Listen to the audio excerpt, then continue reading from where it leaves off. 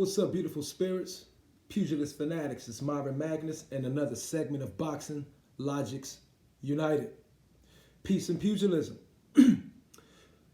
Over the last few days, Andy Ruiz Jr. has been reiterating all the pressures on Joshua.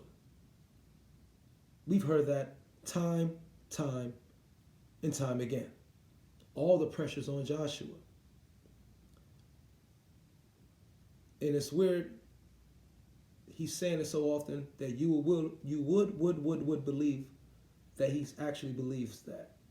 But the fact of the matter is, bro, you are now the unified heavyweight champion of the world with 4 belts. There's a lot of pressure on you, Andy Ruiz Jr. A tremendous amount. And here's 4 of them. 1, finances. We've all seen you over the last few days spend last few months, 5.5 to be exact, spend quite a bit of money. Beautiful new house.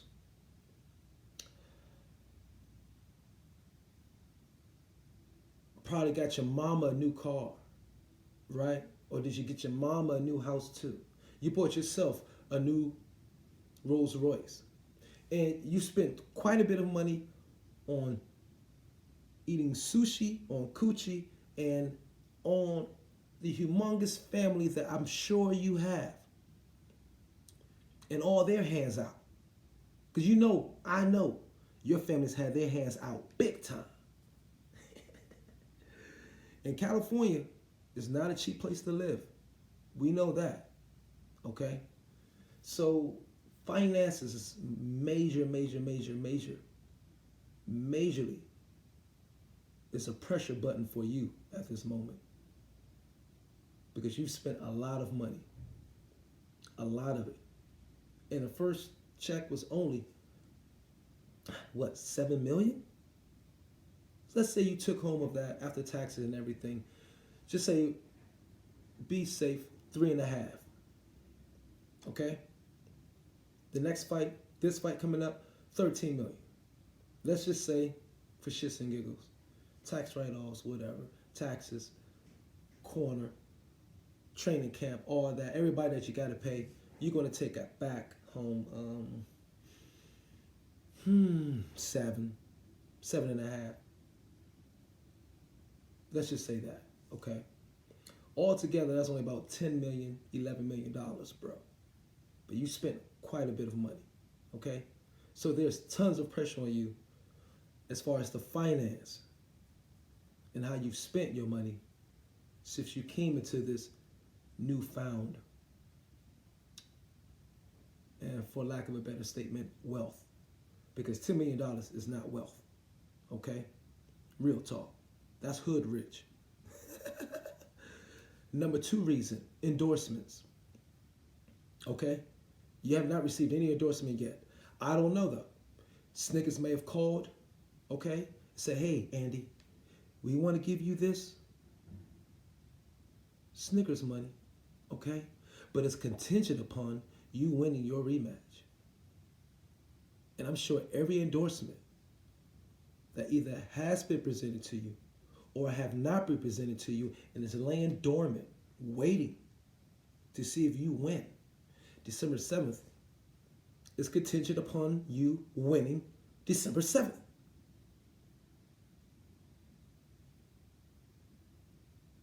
I haven't seen you in nothing yet.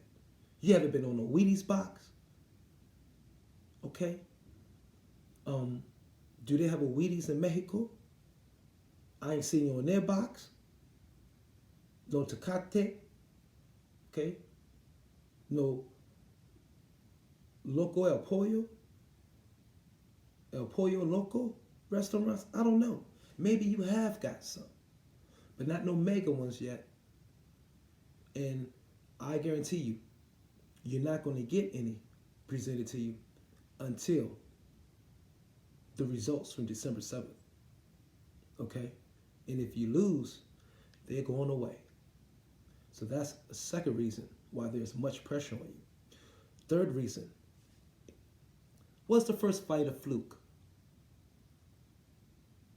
We've been here, you know all the talkings. We've been hearing everything. Joshua wasn't right. He was concussed. Okay? All this, all that, shot on the ear, temple.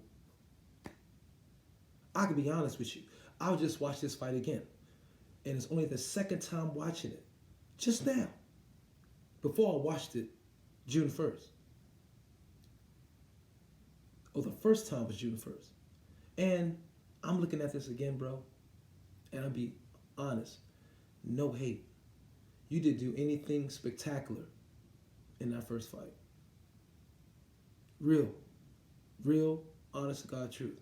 I did not see you do anything spectacular in that first fight. So I can see why many of the endorsements that may be waiting for you, as in the reason before, the number two reason, they're holding off. Because maybe in the back of their head, they think it was a fluke too. So you have the whole world to prove wrong. Are you just going to be a Buster Douglas? Buster Douglas made $32 million in his second fight after beating Mike Tyson. Yes, Buster Douglas made $32 million versus Evander Holyfield, if I'm not mistaken. It was a 2 in there, 22 or 32, one of those. Either way, that was a significant amount more than your $13 million. Okay? And Joshua can't have that much pressure on him since he's making $85 million. I mean, he's almost set. He's set. I'm sure with what he's making on December 7th, combined with everything he's made, Joshua's worth somewhere around $250,000, $300+ million. Okay? So he's in much better financial shape than you. Okay? So, if the first fight was a fluke and you lose, then those first two things, okay, come crashing. They'll come crashing down. Okay? So there is a much pressure on you to win this fight, bro. You don't want to be no flash in the pan. Now, you're the first heavyweight Mexican heavyweight champion in the world. You've made history. But you don't want to go out like not even defending your titles once. I mean, only Mexican heavyweight for 6 months. No. Your Mexican pride won't allow that.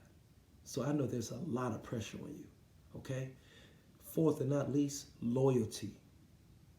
Let's see how loyal all of these spontaneous fans will be if you should lose. You know what I'm saying? I mean, that's going to be gut-wrenching. That you lose 75% of your fans overnight if you lose December 7th. I know you're thinking that in the back of your head, bro. I know it. Okay? Are you ever going to meet the president again? The president of Mexico, if you lose? El Presidente himself? I don't think so. I don't think you ever meet the president again if you lose, bro. And you know that. You know that. Okay? I